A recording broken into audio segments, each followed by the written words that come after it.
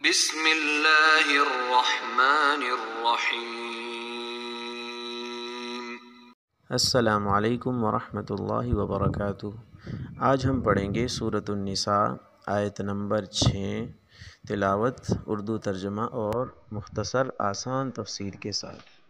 بسم اللہ الرحمن الرحیم۔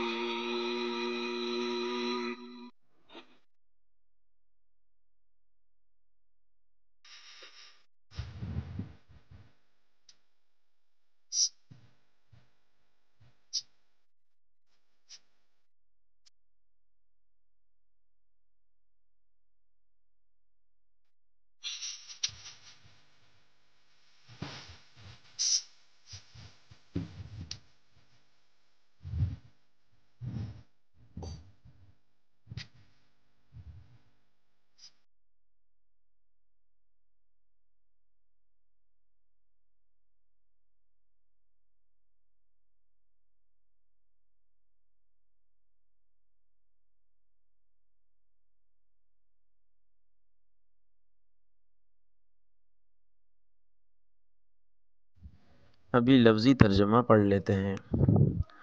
وَابْتَلُوا الْيَتَامَى، وہ اور ابتلو تم آزماتے رہو، ابتلو تم آزماؤ، آزماتے رہو، الیتامہ یتیم بچوں کو، حتیٰ یہاں تک کہ، اذا جب، بلغو وہ پہنچ جائیں، بلغو پہنچ جائیں، النکاح نکاح کے زمانے تک، نکاح کو پہنچ جائیں یعنی نکاح کے زمانے تک پہنچ جائیں، نکاح کے لائق ہو جائیں، نکاح کے لائق جو عمر ہے اس تک پہنچ جائیں۔ پھر ان اگر آنستم تمہیں محسوس ہو، آنستم تمہیں محسوس ہو، منہم من سے، ہم ان، منہم ان سے، رشدن سمجھداری، فادفعوا تو ادفعوا دے دو، الیہم ان کو، اموالہم ان کا مال، اموال مال، ہم ان کا مال، ولا تأکلوها اور لا تأکلوا تم نہ کھاؤ، اس مال کو، اسرافاً فضول خرچی کر کے، وبداراً اور جلدی سے، وبداراً اور بداراً جلدی سے، ان اس بات سے جلدی کہ یکبروا وہ یتیم بڑے ہو جائیں، یکبروا یتیم بڑے ہو جائیں، ومن کان غنیا اور من جو سرپرست، کانا ہو، غنیا مالدار، بے نیاز، فلیستعفف تو وہ یتیم کے مال سے بچے، فلیستعفف تو وہ عفت اختیار کرے یعنی بچے، ومن کانا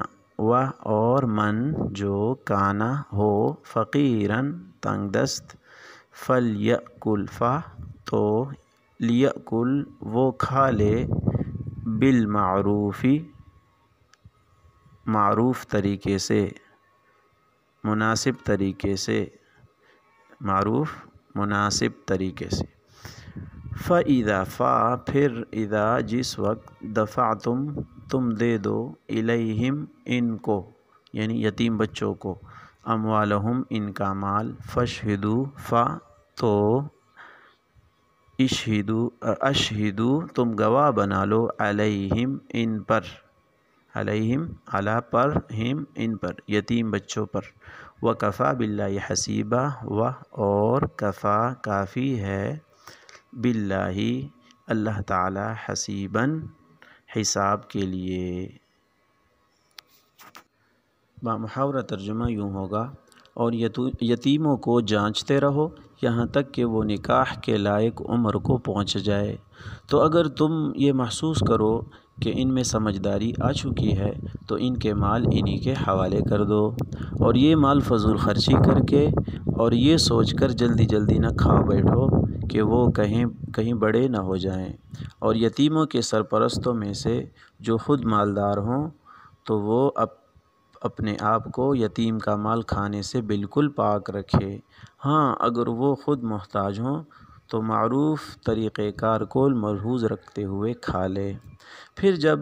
تم ان کے مال انہیں دے دو تو ان پر گواہ بھی بنا لو، اور اللہ حساب لینے کے لیے کافی ہے۔ اس آیت کی تفسیر یہ ہے کہ پچھلی آیت میں اللہ تعالیٰ نے یتیم کے سرپرستوں کو یہ حکم دیا تھا کہ اگر وہ بالغ ہو جائیں لیکن وہ ناسمجھ ہوں، مال کے استعمال کا طریقہ ان کو نہ آتا ہو، تو ان کا مال ان کے حوالے نہ کیا کرو، بلکہ تم خود ان کی ضروریات انہی کے مال میں سے پورا کر لیا کرو۔ اس آیت میں اللہ تعالیٰ نے حکم دیا ہے کہ وقتاً فوقتاً یتیم بچوں کو تم آزماتے رہو، ان کو جھانچتے رہو، ان کی جانچ پڑتال کرتے رہو کہ ان میں سمجھ آ گئی ہے یا نہیں، مال کے استعمال کا سلیقہ ان کے اندر آ چکا ہے یا نہیں۔ اگر ان کے اندر مال کے استعمال کا سلیقہ آ چکا ہے، وہ بالغ ہو چکے ہیں، پھر تو ان کا مال ان کے حوالے کر دینا چاہیے۔ اب اگر وہ بالغ تو ہو چکے ہیں لیکن سمجھداری نہیں آ رہی، کئی سال گزر گئے، تو علماء کرام نے 25 سال کی تحدید کی ہے کہ 25 سال یہ سمجھداری کی آخری مدت ہے۔ اس سے پہلے اگر سمجھداری آ جاتی ہے تو یتیموں کو مال دے دینا چاہیے، لیکن 25 سال بھی اگر گزر گئے اور مال کے استعمال کا صحیح سلیقہ نہیں آیا اور وہ کہیں کہ ہمیں ہمارا مال دے دو، تو ایسی صورت میں یتیم بچوں کا مال ان کے حوالے کر دینا چاہیے۔ ہاں اگر وہ بالکل پاگل ہے، مجنون ہے، پھر تو مال ان کے حوالے نہیں کریں گے، اس لیے کہ پھر مال کے ضائع ہونے کا اندیشہ وہ زیادہ ہے۔ آگے فرمایا کہ وَلَا تَأْكُلُوهَا إِسْرَافًا وَبِدَارًا أَن يَكْبَرُوا، چونکہ جب تک یتیم نابالغ ہے، بچے ہیں، تو سرپرست ان کے مال کی حفاظت کرتے ہیں، لیکن جب یہ بڑے ہو جاتے ہیں، بالغ ہو جاتے ہیں، سمجھدار ہو جاتے ہیں، پھر سرپرستوں کا تصرف اور ان کا قبضہ اس مال میں سے ختم ہو جاتا ہے۔ تو بعض لوگ اس غرض سے یتیم کا مال جلدی کھا لیتے ہیں کہ جب وہ بڑے ہو جائیں گے تو وہ ہم سے مال مانگیں گے، تو ہم ان کو مال دینے کے لیے تیار نہیں ہیں۔ تو فرمایا کہ یتیم بچوں کے بڑے ہونے کے خوف سے ایسا نہ ہو کہ تم فضول خرچی میں اور جلدی ان کا مال اڑا کر کھا لو، ضائع کر دو، اس طرح بالکل جائز نہیں ہے۔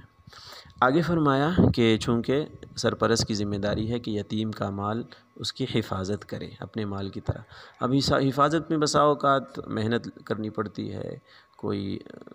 خرچہ کرنا پڑتا ہے، تو اس صورت میں یتیم کے مال میں سے وہ خرچ کے طور پر لے سکتے ہیں یا نہیں، تو اس کا اصول بتا دیا کہ اگر سرپرست خود مالدار ہے، کھاتا پیتا ہے، اس کو یتیم کی مال کی کوئی ضرورت نہیں ہے،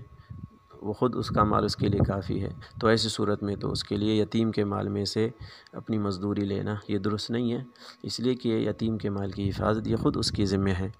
لیکن وَمَنْ كَانَ فَقِيرًا، اگر یہ سرپرست خود فقیر ہے اور یتیم بچے کے مال کی حفاظت میں اس کو محنت کرنی پڑتی ہے،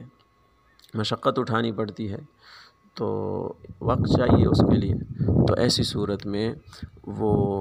یتیم کے مال میں سے حفاظت کی اجرت اور اس کا عوض وہ لے سکتا ہے، لیکن وہ کتنا لے گا؟ فَلْيَأْكُلْ بِالْمَعْرُوفِ، تو وہ بھی اس علاقے کے رواج اور عرف کے مطابق جتنا اس کے حق الخدمت بنتا ہے تو اتنا وہ عوض لینے کی گنجائش ہے اس کے لیے۔ اگلا حکم یہ بیان کیا فَإِذَا دَفَعْتُمْ إِلَيْهِمْ أَمْوَالَهُمْ فَأَشْهِدُوا عَلَيْهِمْ، کہ جب یتیم وہ سمجھدار ہو جائیں اور تم ان کا مال ان کے حوالے کرنے لگو تو اس وقت مال حوالہ کرتے وقت گواہ بھی بنا لو کہ ہم نے یتیم بچوں کو اتنا مال ہمارے پاس تھا وہ سارا ان کے حوالے کر دیا، تاکہ بعد میں جھگڑا نہ ہو جائے، جھگڑے کی کوئی صورت پیدا نہ ہو جائے۔ وَكَفَى بِاللَّهِ حَسِيبًا، آگے ایک اصول بتا دیا کہ ہر وقت اللہ تعالیٰ کا استحضار رکھنا چاہیے کہ اس طرح کے مالی معاملات میں